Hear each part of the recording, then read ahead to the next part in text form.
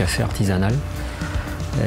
On torréfie le café en méthode lente, donc à l'inverse de la grande distribution qui utilise des techniques plus rapides. L'intérêt de notre travail, c'est de proposer des cafés de qualité, de sélectionner des cafés via des importateurs spécialisés. On élabore des mélanges, on prend des cafés en origine pure et on les cuit, on les assemble, on les goûte pour pouvoir les proposer au détail à la clientèle particulière en boutique. Et c'est une passion, oui, tout à fait. Il faut déjà avoir une fibre pour le produit.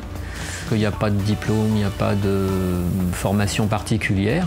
Bon, moi j'ai subi une formation il y a une trentaine d'années, bien sûr. Je suis allé chez un confrère qui m'a appris en quelques semaines à torréfier. Et puis les années ont fait que la profession, le commerce a évolué vers l'épicerie fine, les accessoires, tout ce qui gravite autour du café, du thé et du goût. Le café, c'est un monde très parallèle à celui du vin. On emploie les mêmes termes, on parle d'assemblage, on parle pas de cépage, mais enfin de plants de café. On associe différents plants pour pouvoir arriver à un produit à proposer aux clients.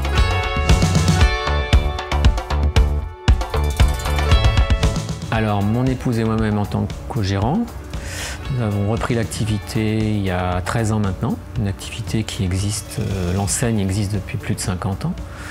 Et nous avons 3 personnes à temps plein réparties sur 2 points de vente et nous avons en permanence 2 apprentis qui s'alternent de manière à pouvoir faire une équipe complète. Avec l'apprentissage, ça nous permet d'avoir des gens à mi-temps, donc en l'occurrence 2, et de les former, de les aider. Enfin, en ce moment, l'apprentissage est à la mode et j'espère le sera de plus en plus. Donc, puis il faut aider les jeunes à trouver une formation. Donc, nous, on est content que ça puisse contenter tout le monde.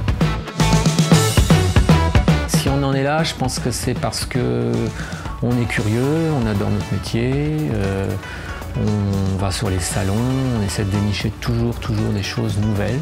On n'est plus sur des progressions comme on a connu il y a 10 ans, c'est clair.